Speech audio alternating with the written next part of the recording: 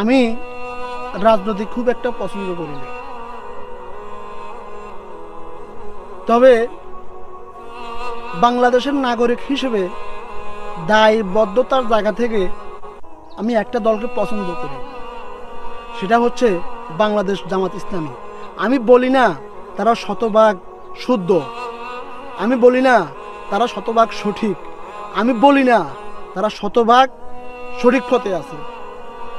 যতগুলো দল বাংলাদেশে আছে, আমার কাছে আমার এই ছোট্ট বিবেকে মনে হয় এই দলটা অন্য অন্য দল থেকে কিছুটা ভালো। তাই আমি এই দলটাকে সাপোর্ট করি, কথা বলি, চেষ্টা করি দলকে সহযোগিতা করার জন্য, আর্থিক, শারীরিক, মানসিক। এই দল থেকে যদি আগামীতে কোনো ভালো দল আসে, ইসলামিক দল, আমি এই দলটাকে বাদ দিয়ে দিব, এটাই সত্য। কিন্তু আমার পোস্টের নিচে ইরাক প্রবাসী একজন বাংলাদেশি ভাই, তিনি আমাকে নব্য রাজাকার বলে চিহ্নিত করেছেন।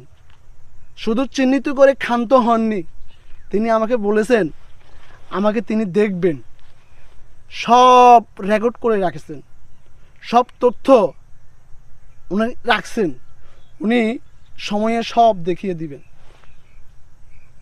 আমাকে কি ভয় দেখালো, আমাকে কি থ্রেট দিল, কি এটা? কেন ভাই?